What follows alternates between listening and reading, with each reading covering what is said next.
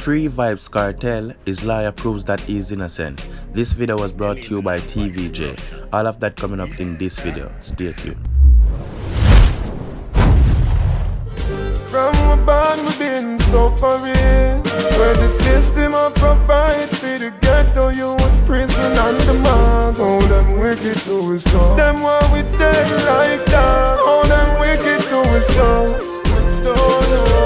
Free Kartel, convicted entertainer's lawyer presents case for his release. Good evening and welcome to Primetime News on air and online at onespotmedia.com. I'm Archibald Gordon. And I'm Doreen Samuels. Also this evening, scandalous. New revelations in Nestle controversy show management bypassing chief engineer in critical decisions. I want my job back. The case of a King Alarm security who was recently sacked. Traumatized. The story of police officers pinned down for hours in raging gun battle on Sunday. Dry spell woes, how residents in St. Elizabeth are coping. And in business news, gas prices drop. There is also sports post commentary and weather in the primetime package. But before the break, the feedback question.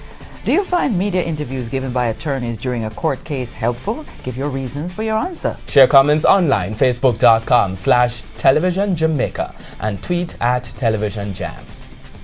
Stay with us. Primetime News returns after this break.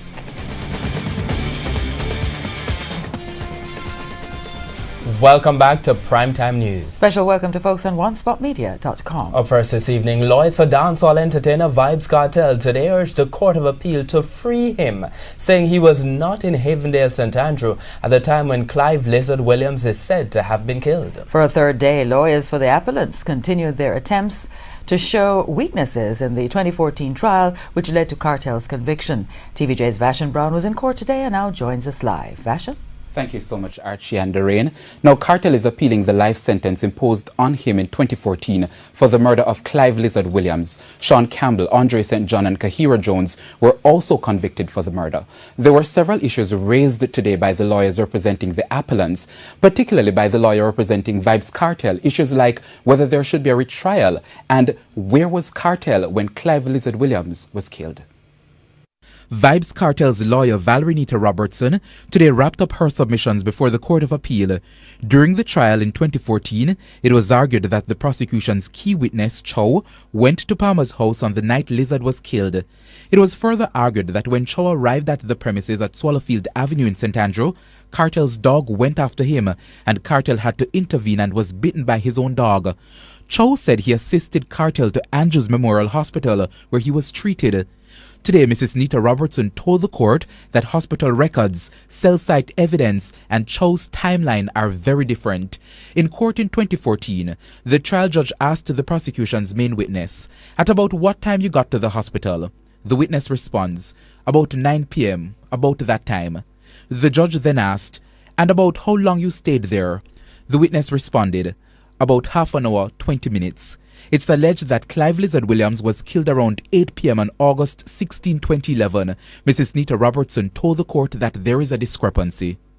The evidence of the police officer is that the cell site demonstrated that Mr. Palmer was at Havendale at 7:52, but the hospital records show that he was at Andrews Memorial Hospital at 7:48, so he could not be.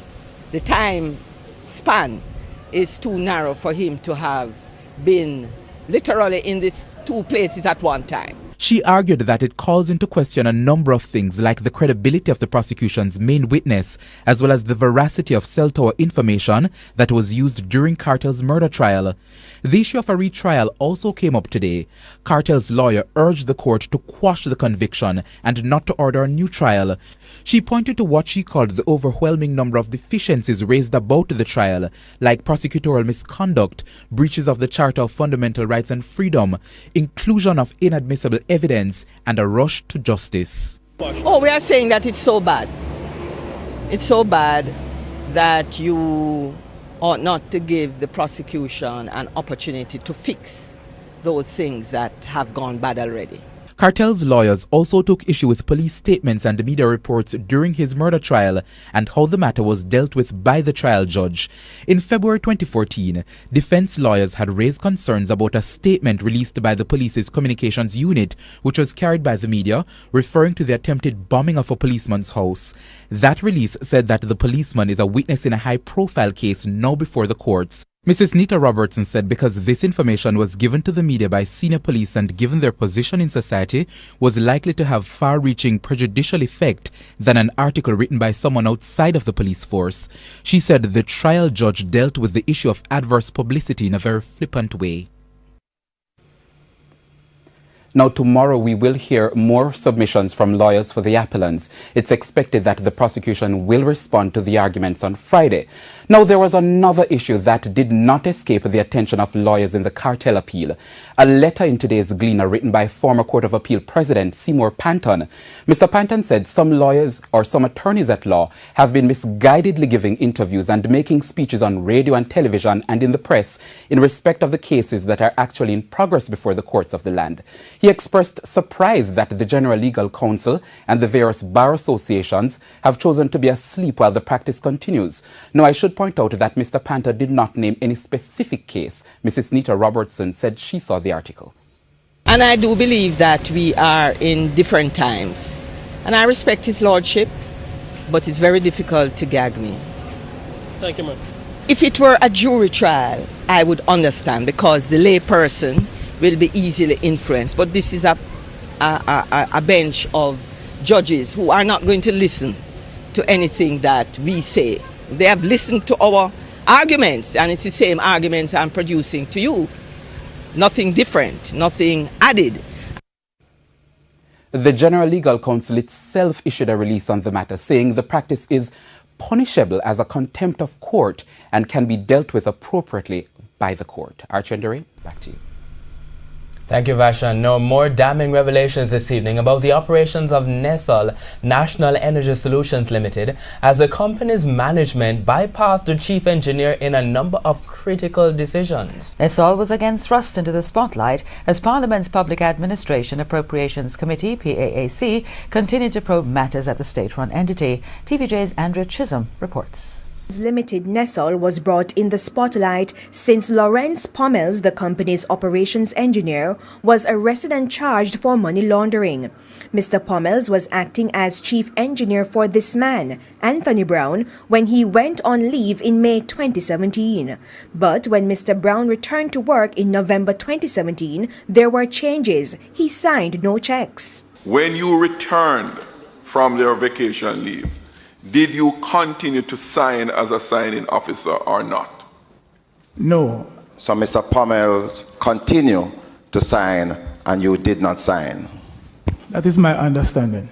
And that's not all. Mr. Brown was asked about installation of solar systems under the Community Access Point CAP program, which was funded by the Universal Service Fund. It seems that I was not informed that Mr. Pommels was appointed as the officer with the direct responsibility and oversight, supervision and monitoring of all engineering projects, system designs, modification of pole line extension, house wiring and operational maintenance engineering related to the SIL project. You were not advised of that, you're saying? No, sir. You were not? I was not advised. The chief engineer indicated that when Lawrence Pommels was promoted in January 2017 to operating engineer, he thought Mr. Pommel reported to him, only to be advised that Mr. Pommel reported directly to the managing director, Carolyn Warren, who has recently received public attention due to a drug conviction decades ago. So you are saying, in effect, you were circumvented? Definitely. So, what's the value of work done by Mr. Brown since he returned from vacation in November up until now? My estimate of expenditure is somewhere in the region of $5 million. For the job that I supervise. So this $14 million that was spent in Crooked River and Dover land settlement, you didn't work on those then? Not at all. You never thought it unfit or questionable that you were being undermined?